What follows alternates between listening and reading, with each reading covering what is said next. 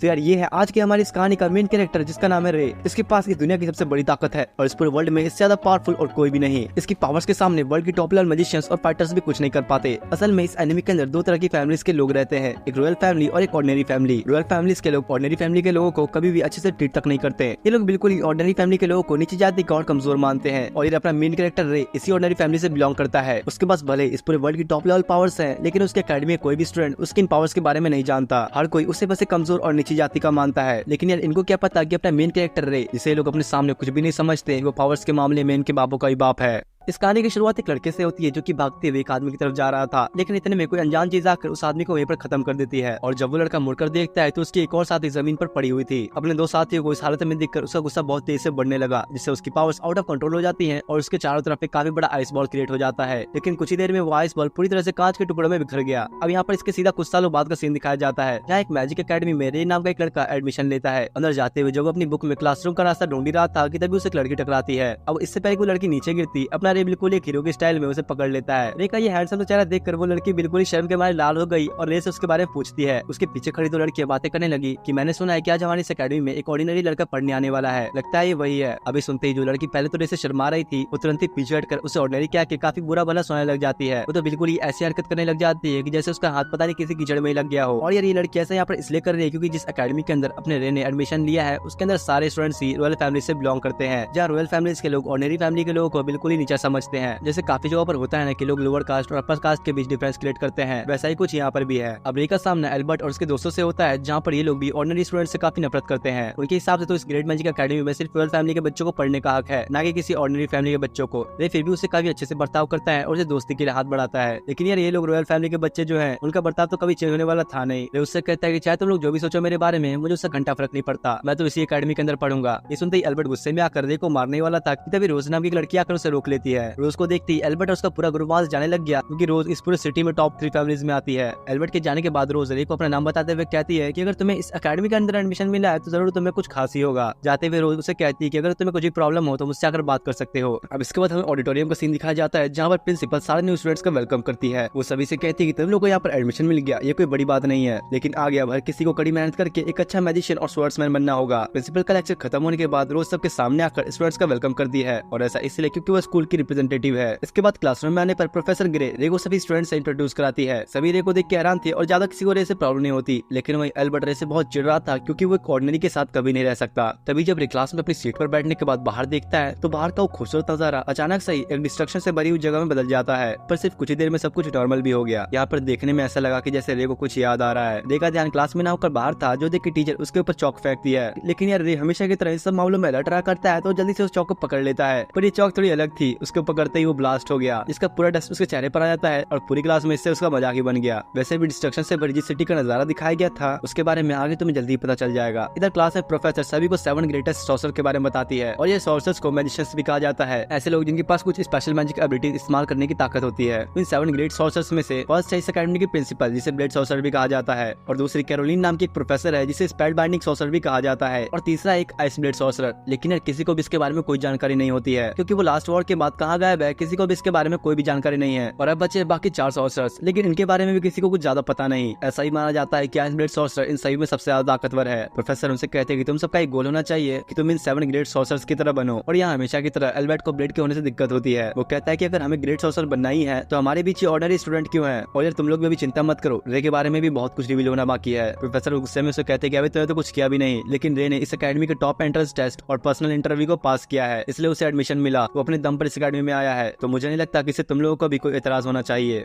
अब इसके बाद दिखाया जाता है कि प्रोफेसर सभी स्टूडेंट्स को कोड थ्योरी के इस्तेमाल से किसी भी ऑब्जेक्ट को क्रिएट करना और उसे इरेज करने का सिखाती है। रोज प्रोफेसर से पूछती है कि क्या किसी ऑब्जेक्ट को क्रिएट करने की कोई लिमिटेशन होती है, जिस पर प्रोफेसर ने उसे बताया कि ऐसा कुछ भी नहीं है। ऑब्जेक्ट्स को क्रिएट करना उसे क्रिएट करने वाली एबिलिटी के ऊपर डिपेंड करता है। साथ ही वो मैजिक के 4 स्टेप्स ही बताती है, जो कि सॉलिड, लिक्विड, गैसेस और प्लाज्मा। अरे वही जो तुम लोगों ने पढ़ाई होगा ना स्कूल में, सॉलिड, लिक्विड, गैस, ये भी वही है। अब बाकी स्टूडेंट्स तो प्रोफेसर को देख के बड़े हैरान हो रहे थे कि यार हमारी टीचर तो बड़ी कूल है, लेकिन तभी पीछे बैठी लड़की उनसे उससे पूछती है कि आपने ऑब्जेक्ट को क्रिएट करने के लिए एंटी मटेरियल का इस्तेमाल किया है, लेकिन यहाँ ऐसा नहीं था। वो बताती है कि तुम्हें इस अकेडमी में ऐसा कोई भी नहीं मिल सकता जो कि एंटी मटेरियल का इस्तेमाल करता हो। इस लड़की को अपना रे भी थोड़ा नोटिस करता है। इसके बाद सारे स्टूडेंट्स कोड थ्योरी का इस्तेमाल करके अपने अपने तरीके से ऑब्जेक्ट्स क्रिएट करने लग जाते हैं, लेकिन ये दूसरी तरफ रे किसी भी ऑब्जेक्ट को ढंग से क्रिएट तक नहीं कर पाता, जो देख के बाकी स्टूडेंट्स उसके बारे में मजाक उड़ाते हैं और कहते हैं कि अगर इसे ये भी मैजिक नहीं आ रहा तो जरूर इसने एंट्रेंस टेस्ट में चीटिंग की होगी। अब उनकी क्लास खत्म होने पर रे कॉरिडोर से जाने लगा कि तभी उसकी नजर उस क्लास वाली लड़की पर पड़ती है जिसने प्रोफेसर से सवाल पूछा था। रे ने उसे लाइब्रेरी में जाते हुए देखा तो वो भी उसके पीछे पीछे चला जाता है। वो उससे आकर बात करने लगा और खुद को इंट्रोड्यूस कराता है। इस लड़की का नाम एलिसा है। यहाँ इन दोनों की बातों से पता लगता है कि एलिसा डॉक्टर एमिसवर्थ नाम की एक रिसर्चर की काफी बड़ी पंखी यानी कि फैन है, इसलिए वो भी उसकी तरह बनना चाहती है। रे उससे कहता है कि हाँ मैंने उनकी बुक्स पढ़ी है और मैं भी उनका काफी बड़ा फैन हूँ। उससे पूछता है कि क्या बात है, आखिर तुम अपने बालों को ऐसे ढके क्यों रखती हो, तुम्हारे तो बाल ऐसे भी कितने अच्छे हैं। इस पर वो बताती है कि असल में उसके ईयर्स एल्फ जैसे दिखते हैं, इसी वजह से वो अपने कानों को हमेशा ढक के रखा करती है। लेकिन रे उससे कहता है कि मुझे तुम्हारे कान बहुत अच्छे लगे, इसमें क्या कमी है। ये सुनते ही उसका चेहरा शर्म के मारे लाल हो जाता है। अब शाम होने पर रे हॉस्टल के रूम में आता है जहाँ उसकी मुलाकात अभी नाम के एक लड़के से होती है। और हाँ, ये बाकी के रॉयल फैमिली के स्टूडेंट्स की तरह बिल्कुल भी नहीं है। वो दोनों ही जैसे एक दूसरे से मिलते हैं तो उन्हें एहसास हो जाता है कि वो दोनों बिल्कुल एक जैसे हैं, बिल्कुल भाई भाई। दोनों ही अपनी फिटनेस को काफी प्रायोरिटी देते हैं और बॉडी तो तुम लोग यहाँ पर देख ही सकते हो इनकी। अगले दिन अपनी ट्रेनिंग करते वक्त रे बहुत स्पीड में रनिंग करते हुए एक लड़के के बहुत करीब से गुजरता है और उसके स्पीड के कारण उस लड़के के थोड़े कपड़े भी उड़ते हैं। फिर वापस आकर जल्दी से उस लड़के से माफी मांगता है। इस लड़की का नाम रेबिका है जो कि इस वक्त अभी 3rd ईयर की स्टूडेंट है और ठीक क्रोस की तरह ये भी टॉप 3 फैमिली से बिलोंग करती है। अब अगले दिन स्कूल में आते ही अभी रे को रोज और रेबिका के फैमिली के बारे में बताने लगा कि इन दोनों की फैमिली बहुत ही बड़ी मानी जाती है और ये दोनों ही लड़के काफी इंटेलिजेंट भी है। अंदर आने पर रे बताता है कि उसे आज प्रिंसिपल ने बुलाया है। अब जब वहाँ जाने ही लगा कि तभी एक लड़की उससे काफी तेज से आकर टकराती है, लेकिन रे तो अपनी जगह से 1 इंच भी नहीं हिलता। इस लड़की का नाम क्लेरिस है जो कि ये भी रॉयल फैमिली से बिलोंग करती है। यहाँ इस लड़की की फैमिली स्टेटस के बारे में अभी ज्यादा किसी को नहीं पता होता। इनके बीच ऐसी थोड़ी और बातें होती हैं और लड़की कुछ ज्यादा ही बकबक कर रही थी, इसलिए उससे अब किसी तरह पीछे छुड़ा कर रे प्रिंसिपल से मिलने जाता है। लेकिन यहाँ पर आकर रे प्रिंसिपल को जनरल कह के बुलाता है। इस पर प्रिंसिपल उससे कहते कि अभी हम लोग स्कूल में हैं तो तुम मुझे प्रिंसिपल कह के बुला सकते हो। अब रे ने ऐसा क्यों कहा ये चीज तुम लोग को आगे पता लगेगा। इसके बाद ट्रेनिंग ग्राउंड का सीन दिखाया जाता है जहाँ उनकी टीचर एल्बर्ट और रे के बीच में एक बैटल करवाती है। एल्बर्ट तो यहाँ पर रे को देख के अभी भी काफी गुस्से में होता है। उसे देख के तो ऐसा लग रहा था जैसे वो रे को खत्म ही करके छोड़ेगा। अब जैसे ही फाइट शुरू होती तो एल्बर्ट रे की तरफ बढ़ते हुए उस पर अटैक करता है, लेकिन अपना हीरो रे तो उसे बड़ी आसानी से डॉज कर लेता है और उससे कहता है कि बच्चे तुम्हें भी थोड़ी और प्रैक्टिस की जरूरत है। एल्बर्ट इस बार और भी गुस्से में रे के ऊपर अटैक करने के लिए आगे बढ़ता है, लेकिन इस बार तो रे ने एक ही झटके में उसके स्वॉर्ड के टुकड़े टुकड़े कर दिए। शायद अब इससे एल्बर्ट को अपनी औकात समझ में आ गई होगी। जब प्रिंसिपल भी खड़ी रे को देख रही थी और कहती है कि मैं खुश हूँ कि तुम अपनी स्टूडेंट लाइफ को इतने अच्छे से जी रहे हो। साथ ही वो रे को आइस ब्लेड सॉसर कह के बुलाती है। अब इसके बाद रे के हॉस्टल में दिखाया जाता है जहाँ पर अभी और रे एक्सरसाइज कर रहे हैं। या इनके बीच की बातों से पता लगता है कि रे ने अकेडमी के 2 मेन क्लब्स में ज्वाइन करने का डिसाइड किया है। अभी इस पर रे को थोड़ा और सोचने के लिए कहता है, लेकिन तभी रे उसे गोल्डन कार्ड निकाल कर दिखाता है जो देख के तो अभी का होश ही उड़ गया और इसका रीजन भी अभी तुम्हें कुछ देर में ही पता चल जाएगा। इसके बाद एनवायरमेंट रिसर्च क्लब को दिखाया जाता है जहाँ पर सभी के सभी बॉडी बिल्डर्स ही बैठे हुए थे और रे जिस 2 क्लब में ज्वाइन करने की बात कर रहा था ना उनमें से एक यही क्लब है। अब रे के आने पर लीडर उससे कहता है कि तुम्हें देखकर तो बिल्कुल भी नहीं लगता कि तुम हमारे ग्रुप की एक्टिविटीज को एक दिन भी सह पाओगे। असल में वो रे की पतली दुबली बॉडी देखकर ऐसा कह रहा था। अब जब लीडर के कहने पर रे अपने कपड़े उतारता है तो भैया उसकी बॉडी जैसे शीशे की तरह ही चमकने लग गई और रे की इस खतरनाक बॉडी को देखकर सभी के मुंह खुले खुले ही रह जाते हैं। वो समझिए कि रे की बॉडी बहुत ही हार्डवर्क के बाद बनी होगी। साथ ही अब यहाँ पर ये भी पता लगता है कि जो गोल्डन कार्ड रे ने अभी को दिखाया था उसे असल में गोल्डन हंटर लाइसेंस भी कहा जाता है। यहाँ पर इसके बारे में हमें ज्यादा कुछ तो पता नहीं चलता, बस इतना समझ लो कि किसी भी अरे गहरे को ऐसे ही नहीं दिया जाता। अब रे की इतनी सारी खूबियां देखने के बाद क्लब के सारे मेंबर्स और लीडर रे के क्लब ज्वाइन करने की रिक्वेस्ट को एक्सेप्ट कर लेते हैं। इसके बाद रे वहां से निकल गार्डनिंग क्लब ज्वाइन करने के लिए पहुंचता है। यहाँ इस क्लब की मेंबर्स तो सिर्फ लड़कियां ही हैं और सबसे मेन बात तो ये है कि इस क्लब के लीडर और कोई नहीं बल्कि रेबेका है। अरे वही जिसके कपड़े उड़ाए थे रे ने। यह सारी लड़कियां रे को देखकर हैरान थी कि एक लड़का होकर गार्डनिंग क्लब को ज्वाइन करना चाह रहा है। इसका जवाब देते हुए रे उन्हें कहता है कि मुझे प्लांट्स काफी ज्यादा पसंद है क्योंकि भले ही कंडीशन कितनी भी ज्यादा खराब क्यों ना हो प्लांट्स हमेशा ग्रो ही करते रहते हैं और प्लांट्स की यही चीज अपने रे को काफी पसंद है। रेबेका को तो रे के क्लब ज्वाइन करने से कोई प्रॉब्लम नहीं थी, लेकिन तब उनमें से एक लड़की उसे रोकते हुए कहती कि मुझे ऐसा लगता है कि लड़का यहाँ पर बस तुम्हें इंप्रेस करने के लिए आया है। इस पर रेबेका उसे कहती कि चलो ठीक है, अगर तुम्हें ऐसा लग रहा है तो कोई बात नहीं, मेरे की जिम्मेदारी तुम्हारे हाथ में दे रही हूँ, तुम इसे टेस्ट करो और अगर तुम्हें ये लगे कि क्लब ज्वाइन करने के लायक नहीं तो हम इसे क्लब में ज्वाइन नहीं करेंगे। इस लड़की का नाम डीना है। जिसके बाद डीना रे को छत पर लेकर आती है जहाँ काफी सारी घास उगी हुई है। वो रे से कहते हैं कि ये तुम्हारा टेस्ट है जिसमें तुम्हें इस पूरी जगह को साफ करके सही करना है। इसके बाद ही मैं डिसीजन लूंगी कि तुम इस क्लब को ज्वाइन करोगे या नहीं। डीना के जाने के बाद रे तुरंत ही अपने काम में लग गया जहाँ वो पहले दिन वहाँ के सारी जंगली घासों को निकाल देता है, दूसरे दिन कुछ गड्ढे करता है और तीसरे दिन पर वहाँ पे छोटी छोटी दीवारें बनाता है ताकि वहाँ पर फ्लावर्स भी लगाए जा सके।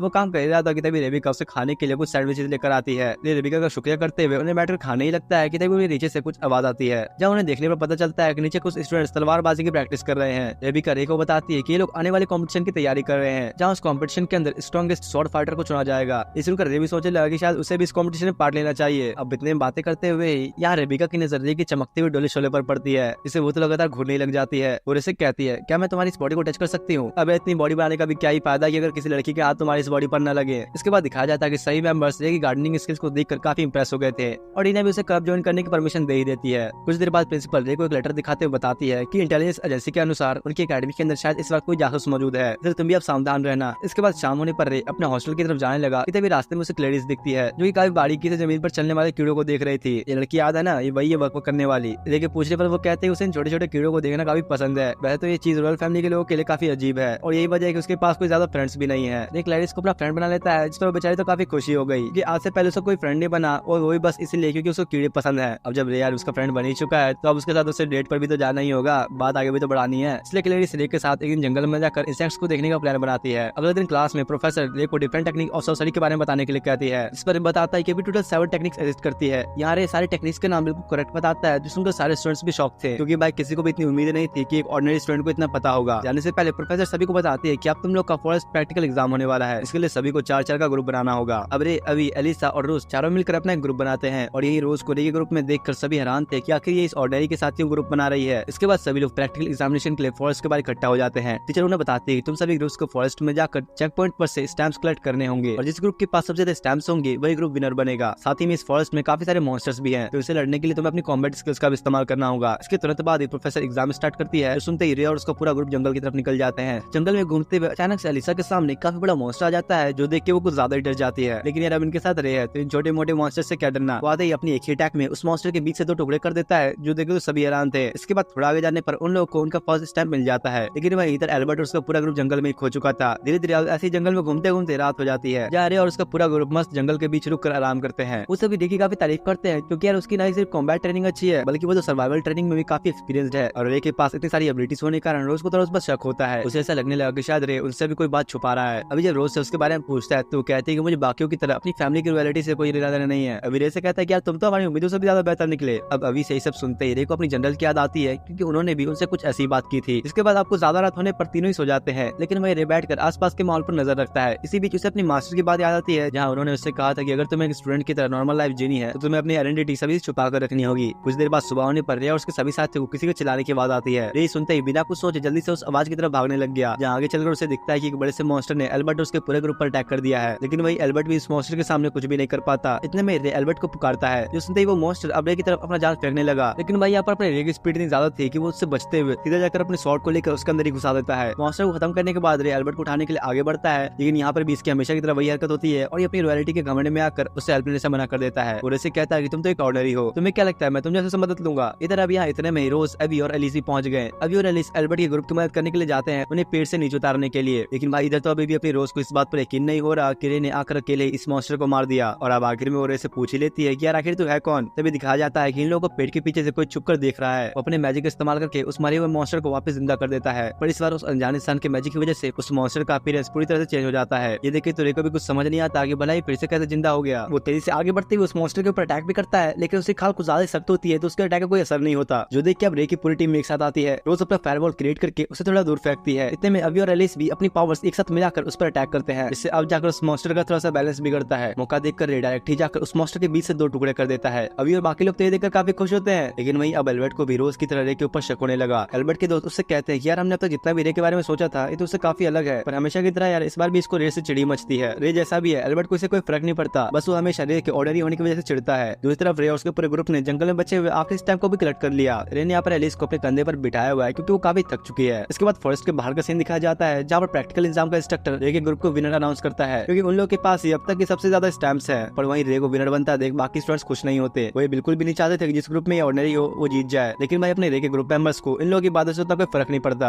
अब इसके बाद एक घर के अंदर एक लेडी को दिखाया जाता है जो कि बड़ी उम्मीद लगाकर किसका इंतजार कर रही थी। तो उसके मेड ने आकर उससे बताया कि आप जिसका इंतजार कर रही थी वो आ चुका है। और जब दरवाजा खुलने पर सामने रे खड़ा होता है। इसके बाद रे उस लेडी से बात करता है और इनके बीच की बातों से पता लगता है कि असल में ये लेडी कोई और नहीं बल्कि रे की मास्टर है। मास्टर उसे देख के काफी खुश होती है क्योंकि वो भी यही चाहती थी कि रे एक नॉर्मल स्टूडेंट की तरह अपनी जिंदगी बिताए। रे के पूछने पर मास्टर बताते कि वो इस वक्त ब्रेन को स्टडी कर रही है। असल में सभी लोग मैजिक को यूज करने के लिए अपनी बॉडी की एनर्जी और आसपास के एनवायरमेंट के मटेरियल का इस्तेमाल करते हैं, लेकिन वही ये मैजिक अगर हम लोग अपने ब्रेन का इस्तेमाल करते हुए करें तो इससे उस मैजिक की एनर्जी काफी बढ़ जाती है। और इसी रिसर्च को एक ऑर्गेनाइजेशन चुराने की फिराक में है। इसके बाद रे अपनी मास्टर को व्हीलचेयर पर जंगल घुमाने निकलता है क्योंकि वो काफी समय से अपने घर से बाहर नहीं निकली थी। या इनकी बातों से पता लगता है कि रे बचपन से काफी हिम्मत वाला है, क्योंकि ऐसे काम जिसे एलिट सोल्जर्स तक करने से डरते थे उसे रे बड़ी आसानी से कर दिया करता था। मास्टर के पूछने पर रे बताता है कि मैंने इस वक्त अकेडमी के अंदर कई सारे दोस्ती बनाए हैं, जिसमें से एक एलिस नाम की लड़की है और वो आपकी काफी बड़ी फैन है। मतलब एलिस जो रिसर्चर की फैन है ना, वो और कोई नहीं बल्कि रे की मास्टर ही है। घर वापस आने पर मास्टर रे को उसकी ट्रेनिंग के लिए खुद के लिए कोई एक बुक देती है जिससे वो एक अच्छा सॉर्सरर बन सके। और तुम लोग चिंता मत करो, अभी रे के बारे में बहुत कुछ रिवील होना बाकी है कि आखिर वो कौन है। इधर अगले दिन मॉर्निंग में जॉगिंग करते वक्त रे की मुलाकात एलिस से होती है, जहाँ एलिस सिटी की सेंट्रल लाइब्रेरी में पढ़ने जा रही है। इस पर रे उसे कहता है कि मैं भी तुम्हारे साथ चलना चाहता हूँ। अब भाई रे से सुन के तो शर्म के मारे लाली हो जाती है और अगले पल वो बिल्कुल बंटन के सामने आती है, क्योंकि अब वो रे के साथ जा रही है ना, थोड़ा तो बंटन के जाना ही होगा। लाइब्रेरी में आकर एलिस तो हमेशा की तरह डॉक्टर एलिसवर्थ की रिसर्च की बुक पढ़ती है, लेकिन इधर अपना रे बैठ के लव स्टोरीज की बुक पढ़ता है। अब जब इसके बाद दोनों लाइब्रेरी से बाहर आते हैं तो यहाँ क्लैरिस उनके ऊपर छुपकर नजर रखे हुए है। असल में इस बेचारी का दिल भी रे पर आ चुका था, तो उसे समझ नहीं आता कि वो कैसे जाकर उसे बात करे। इतने में रे की नजर भी उसके ऊपर पड़ती है, जो देखे तो ये बेचारी भी शर्म के मारे लाल हो गई। रे उसके पास आकर उसे लंच के लिए इन्वाइट करता है। अब लंच करने के लिए रे अकेला थोड़ी ना आता, दो लड़कियों को साथ लेकर आता है और एलिस और क्लैरिस को दोनों को एक दूसरे से इंट्रोड्यूस कराता है और अपना ये रिसर्चर प्लेबॉय की तरह ना दोनों की तारीफ करता है। मुझे तो लगता है कि दोनों को ही पटाने के फिराद में है। और यार अभी तक तो सिर्फ क्लैरिस ही रे के ऊपर फिदा थी, लेकिन अब तो एलिस का भी यही हाल है। लंच खत्म होने के बाद दोनों ही रे को बाय बोलकर अपने हॉस्टल की तरफ निकल जाते हैं। इधर रे भी जब अपने हॉस्टल की तरफ जाने ही लगा कि तभी उसकी नजर रोज पर पड़ती है। लेकिन पूछने पर वो बताती है कि मैजिक कंपटीशन नजदीक आने की वजह से वो अपनी फैमिली के साथ अरेंजमेंट्स करने में काफी बिजी हो चुकी है। अब बातों बातों में यहाँ रे भी उसे बताता है कि वो अभी एलिस और क्लैरिस का लंच करके आया है, जो सुनकर तो अब रोज भी थोड़ा जलस फील करती है। देख रहे हो ना कितनी लड़कियां फिदा हो चुकी है इस पर। इसके बाद प्रोफेसर ग्रे और रे को बात करते हुए दिखाया जाता है, जहाँ इनके बीच की बातों से पता लगता है कि प्रोफेसर ग्रे भी रे के साथ पहले मिलिट्री में काम कर चुकी है और उसके मास्टर की तरह प्रोफेसर ग्रे भी रे को इस तरह अपनी स्टूडेंट लाइफ एंजॉय करता देख काफी खुश है। दूसरी तरफ इधर एल्बर्ट को दिखाया गया, जो कि पूरे जंगल में ही आग लगाना शुरू कर देता है और बहुत ही गुस्से में रे का नाम लेता है। साथ ही उसके पीछे एक अनजान इंसान भी खड़ा हुआ था। अगले दिन अकेडमी के अंदर थोड़ा आज जल्दी आ जाता है, तो इसलिए डीना उसे गार्डनिंग क्लब के ऑफिस की देते हुए कहने लगी कि आज तुम्हें ऑफिस को संभालना होगा, क्योंकि अभी बाकी लड़कियां किसी दूसरे काम में बिजी है। अब रे जैसे ही ऑफिस के अंदर जाता है तो वो गलती से रेबेका के ड्रेसिंग रूम के अंदर चला गया। ये भी अब क्या ही करता, वो चुपचाप बिना कुछ बोले दरवाजा बंद कर देता है। इधर रोज ट्रेनिंग ग्राउंड में एक लड़की के साथ फाइट करने में लगी थी, जहाँ वो किसी तरह उसे हराई देती है। रोज यहाँ रे को देखते ही उसे फाइट के लिए चैलेंज करती है। फाइट के शुरू होते ही रोज ने बिना रुके रे के ऊपर अटैक करने शुरू कर दिए, लेकिन यार अपना हीरो भी कम थोड़ी है, उसकी स्पीड इतनी थी कि रोज का एक भी अटैक उसके ऊपर नहीं लगता। रोज ये देखकर कहते हैं कि मैं अच्छे से जानती हूँ कि तुम मैजिकल पावर्स इस्तेमाल करने में ज्यादा अच्छे नहीं हो, लेकिन तुम्हारी तलवारबाजी काफी बेहतरीन है। यही वजह है कि मुझे तुमसे एक बैटल करनी थी। रोज अब अचानक से रे के ऊपर अपने नॉन स्टॉप अटैक्स बरसाती है, जब वो भी उससे बचने की पूरी कोशिश करता है, लेकिन इसी बीच उसे बचपन में अपनी की हुई ट्रेनिंग याद आने लगी। इस वजह से वो अब रोज को चोट पहुंचाने ही वाला था कि तभी उसके सर के अंदर उसे एक दर्द फील होता है, जिसकी वजह से वो और उसकी तलवार दोनों ही नीचे गिर जाते हैं। इससे अब रोज इस फाइट की विनर बनती है।